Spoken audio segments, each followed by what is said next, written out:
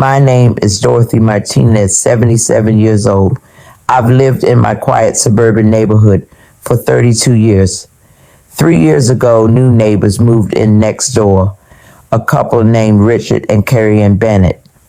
They seemed friendly at first, but I soon discovered they were running a massive insurance fraud operation from their home. Richard was 52, worked in construction, and Karen was 48, supposedly a stay-at-home wife. For the first 6 months, everything seemed normal. Then I started noticing strange patterns. Cars would arrive at their house late at night. People would go inside for an hour, then leave. The Bennetts had expensive new cars every few months, a BMW, then a Mercedes, then an Audi. Their house underwent constant renovations despite Richard claiming his construction business was struggling. One afternoon, I was gardening when I overheard Richard and Karen arguing loudly in their backyard. Their voices carried over the fence. "Richard, we filed 12 claims this year. We need to slow down or someone will notice." "Karen, relax. These insurance companies are idiots. They'll never connect the dots. We've made $340,000 in the last 18 months. Why stop now?" I froze. They were committing insurance fraud. Over the next few weeks, I paid closer attention.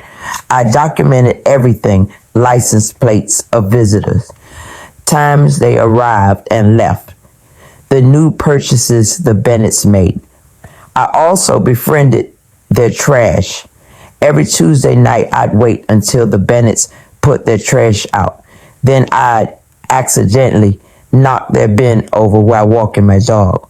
While picking up the spilled trash, I pocket interesting documents, insurance claim forms, receipts, bank statements they'd carelessly thrown away. What I discovered was shocking. The Bennetts were staging accidents and filing fraudulent insurance claims.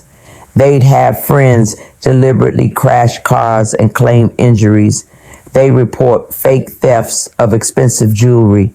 They claim water damage that never happened and pocket the insurance payouts. But here's what the Bennetts didn't know about me. Before I retired, I was a senior claims investigator for a major insurance company for 35 years. I specialized in detecting fraud. I knew every trick, every red flag, every pattern. I contacted my former colleague who still worked in insurance fraud investigation. "Michael, I need to report a fraud operation. My neighbors are running a scheme that's stolen hundreds of thousands from insurance companies." I provided Michael with everything, my documentation, the overheard conversation, the documents from their trash. Michael was impressed.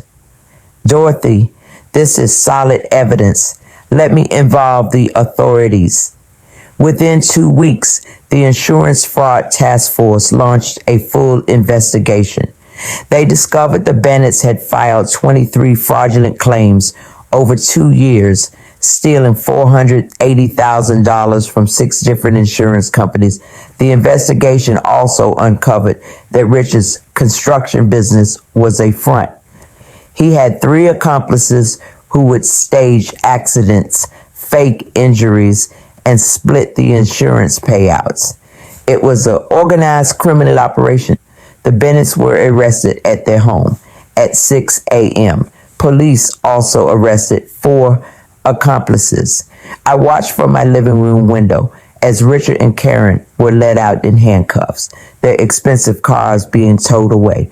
At trial, I testified as an expert witness. I observed suspicious patterns consistent with organized insurance fraud.